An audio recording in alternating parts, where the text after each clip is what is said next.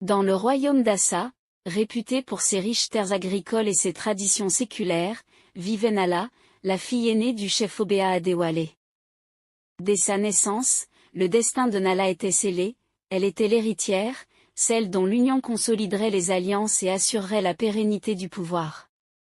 Elle passait ses journées à étudier les lois coutumières et les rituels sacrés, mais si son esprit était ancré dans le devoir, son cœur, lui, aspirait secrètement à la liberté.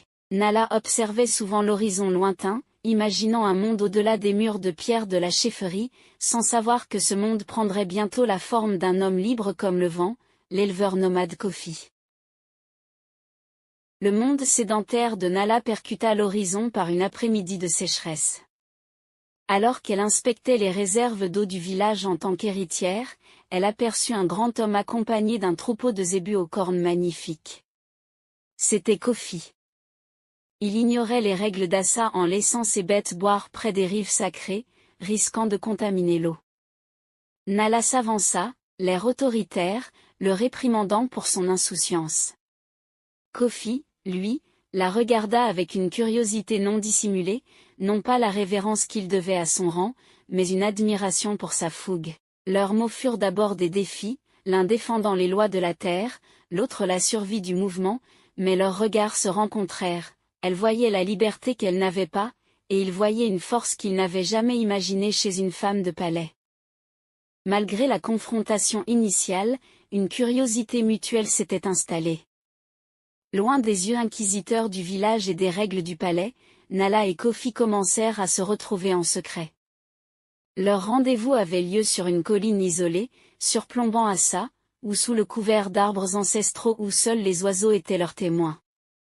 À la nuit tombée, Kofi lui enseignait le nom des étoiles, lui montrait comment naviguer sans repères terrestres, lui parlait des vastes plaines qu'il avait traversées. Nala, à son tour, lui racontait les histoires de son peuple, les légendes des fondateurs et la sagesse des anciens. Leurs discussions passionnées se muaient souvent en longs silences, où seul le battement de leur cœur et le souffle du vent nocturne osaient se faire entendre.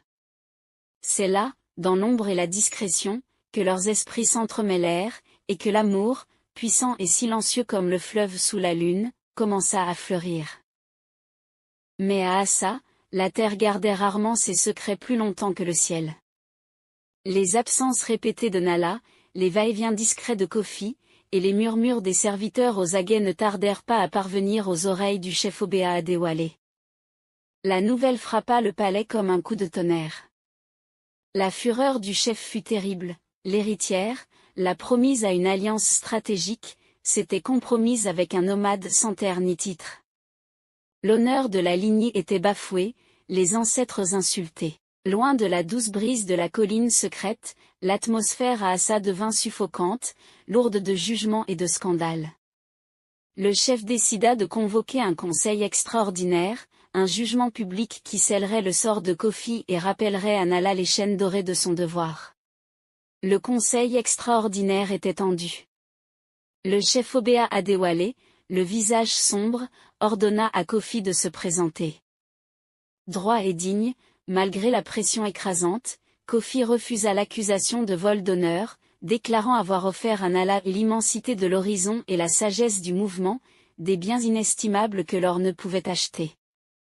Mais les notables, rigides, raillèrent ses paroles et exigèrent son bannissement.